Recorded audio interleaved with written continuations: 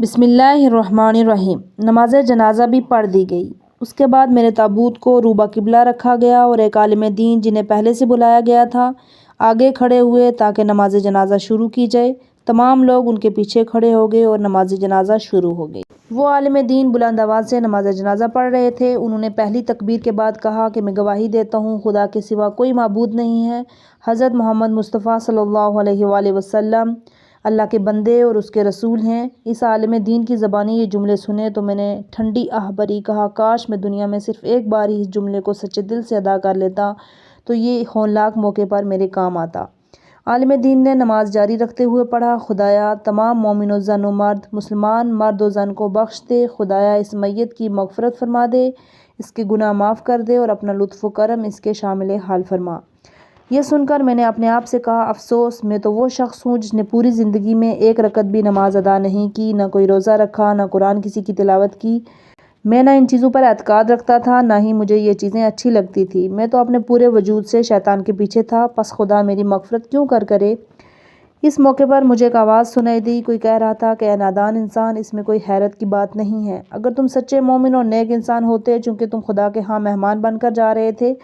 لہٰذا اس ذات والا صفات کی جانب سے تمہیں سب سے پہلا تحفہ گناہوں کی بخشش اور خطاؤں سے درگزری کی صورت میں نصیب ہوتا۔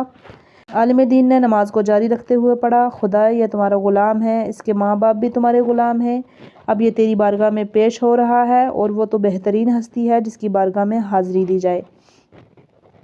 خدایا ہم اس میت سے سوائے نیکی اور اچھائی کے اور کچھ نہیں جانتے، البتہ تو اس کے بارے میں ہم سے بہتر جانتا ہے۔ خدایا اگر یہ نیکوکاروں میں سے ہے تو اس کی نیکیوں میں مزید اضافہ فرما، اگر یہ گناہگاروں میں سے ہے تو اس کے گناہ معاف فرما دے اور اسے بخش دے، اسے اپنے ہاں بلند درجہ عطا فرما دے، اس کے باز ماندگان کا تو کفیل بن جا، اپنی رحمت کے بے کران دریا سے اس پر بھی رحمت فرما، اے سب سے زیادہ رحم کرنے والے۔ جب عالم دین نے یہ جملے کہے تو میں نے اپنے دونوں ہاتھ اپنے منہ پر مار کر بلند آواز میں فریاد کرتے ہوئے کہا خدایا میں تمام عمر شیطان کا غلام رہا، میرے ماں باپ بھی اسی کے غلام تھے، میں نے اپنی پوری زندگی میں نہ کسی بھوکے کا پیٹ بھرا، نہ کسی یتیم کے سر پر دست شفقت رکھا، نہ کسی انسان کا دل جیتا، نہ کسی نادار کی مدد کی، نہ کسی مظلوم کو ظالم سے نجات دلائی، نہ عوام الناس کی سہولت اور آسانی کے لیے کسی راستے کی اصلاح کی، نہ مومنین کی عبادت کے لیے کسی مسجد کی تعمیر میں کوئی حصہ لیا اور نہ ہی کوئی نیکی کا کام انجام دیا۔ یہ لوگ جنہیں میری سیاکاریوں کے بارے میں معلوم ہی نہیں، یہ ایسے کیوں کہہ رہے ہیں کہ ہم تو سوائے نیکی اور اچھائی کے اس کے بارے میں اور کچھ نہیں جانتے۔ اسی حالت میں نے ایک آواز سنی، کوئی کہہ رہا تھا کہ اگر تم سچے مومن ہوتے تو ہوا تم نے نیکیاں نہ کمائی ہوتی، صرف مومنین کی تمہارے بارے میں نیک گواہی سے اللہ تعالیٰ ان نیک اعمال کو تمہارے نامہ اعمال میں درج فرما دیتا اور فرماتا میں نے اپنے بندے کے بارے میں تمہاری گواہی کو قبول کیا، میں اس کے وہ گناہ جس سے تم لوگ بے خبر ہو صرف مجھے ان کا علم ہے ان سب کو معاف کرتا ہوں۔